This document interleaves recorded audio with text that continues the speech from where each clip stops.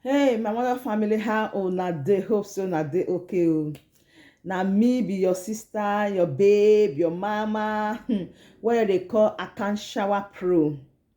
Abeg, if you know say you never subscribe to this channel, abeg, make you subscribe or turn on the bell icon when you subscribe so that when I drop a ogbonge news like this, now you go be the first to pick them up. For this channel, we dey react to all videos, and for this channel, most of the time also we dey do our own video. So make you join this big family. Okay, now get one video for you when I want to say make you watch. I don't know how you dey feel about this video, but I want to make you watch am. Make you drop your opinion for me in the comment section. All right, now the video be this. Make we watch am and I'll come back. Make we talk about am more better. My wonderful family, now so we see am today. Now the very authentic news that me wan give una so, and na me wey they call Akan Shower Pro. Una sabi say the leader of Biafra, His Excellency Mazi Nnamdi Kanu, say the Nigeria government don tranquil and say they don kidnap am, they don put am for inside Okere for Nigeria. And right now, e no even dey inside police station, e no dey inside prison. They go put am for Abuja for DSS custody, my people. And for that place, a lot of things don dey happen. Say even a lawyer, they not dey allow a lawyer to dey see am, they not dey allow family members to dey see am, they not dey allow a lot of people to dey see am. Now they press button before the court got to allow these people make the see am.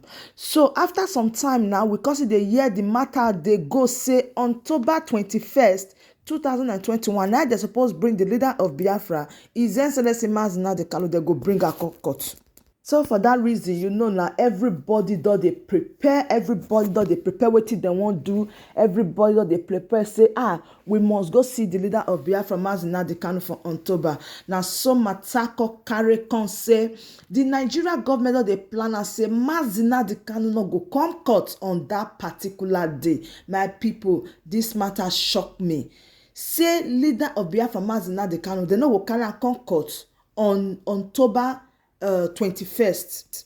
And according to the way the matter they go, so the way the matter they go presently now be say, if they not carry the leader of Biafra come court on October 1st 2021, una no know say the thing wey they do e no bam.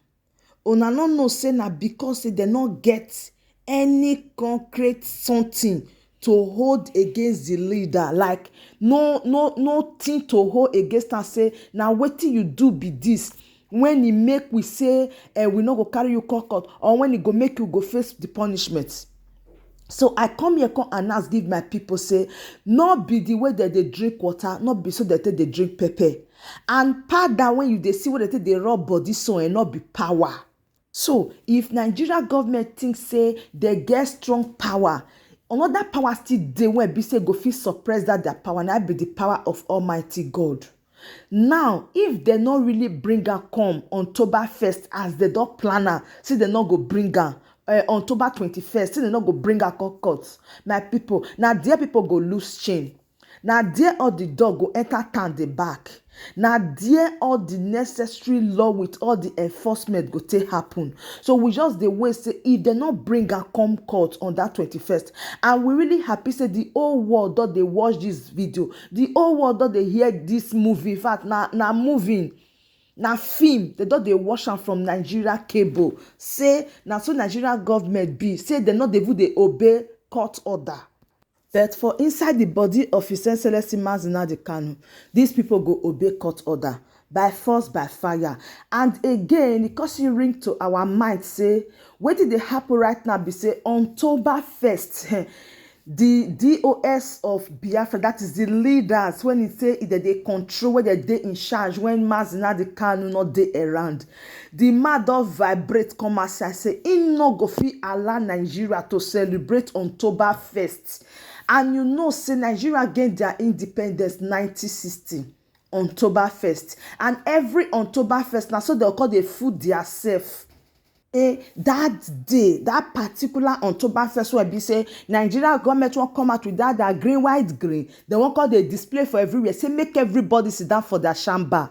Say make everybody dey house. Say make everybody lock. Say make anybody not come outside. Make anybody not celebrate anything like October 1st or independence. My people, if you really reason am, that matter na clear matter. How many times we want they come and they celebrate October first, where be say October never first us one day. Since when you did that Nigeria, October don't first you one day. When you want use October first, got to display your mumu.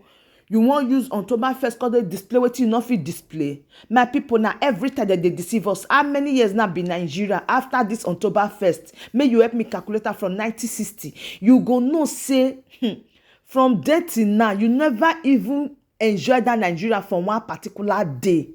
So wetin be the need when you want to celebrate this October first now? Wetin the October first won't do for you, and wetin you won't get from this October first? Mostly the people were busy that this southeast part of Nigeria. Wetin you wan gain from this October first wey be say e go make you lose your morale, e go make you lose who you be, e go make you lose your sight, e go make you lose everything losable for this October first wey be say you dey see so. Wetin really dey inside when you wan go shop where you never shop before? My wonderful people that they ring am like bell now say may you stay inside your house, may you not come outside, may you not form Odunga, because if you come outside they say anything where you see you go manage and just like that. So now make us the announce to our people, if you really reason, especially those people who dey the southeastern part of Nigeria, when be say the man when they fight for you, the man when they fight for your freedom, tomorrow you go they cry, they come outside, you go use 4 years to say your right, you go use 4 years, you go use just because of 4,000 naira, you go sell your future for good 4 years.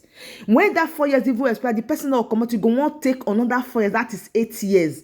You go use 400 naira to sell yourself for 8 years.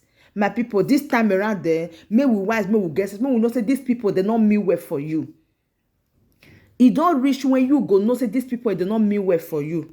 So now because they cry, they come and they tell you now say you need to wise. If you not get sense before, you need to get sense. You when you they preach for one Nigeria, if Nigeria never knows you no go fit dey talk about one Nigeria. If you dey benefit from Nigeria, if Nigeria dey favor you, now you go fit dey talk about Nigeria. People when people say dey remote village where people never dey see food they eat, they not even know wetin dey even dey happen. They not even know the name of the president of that country. If they not go firewood, they not go eat. If they not go those cassava, they not go eat. So you can they tell those kind of people now say where be say they not get money, they not get food. Government not even know say they exist. Even the water where they drink, poison water now they drink. Then you can tell them about one Nigeria. My brother, me you pack where if Nigeria don't nurse you, then you go feel believe in one Nigeria. But you go leave people where be say Nigeria never get anything from Nigeria. May they express themselves. People where they oppressed, people where they hungry, people where they not get what to eat, people where be say they're not they relevant. May you leave them. May they decide for themselves, not force them.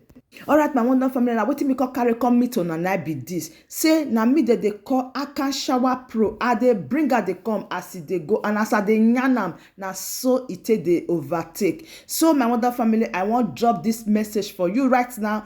May you listen to them. May you know say life not be as you dey think am. And if you know say you never subscribe to this channel, I beg go may you subscribe, turn on the bell icon so that when I drop another video, you go be the first one you go dive.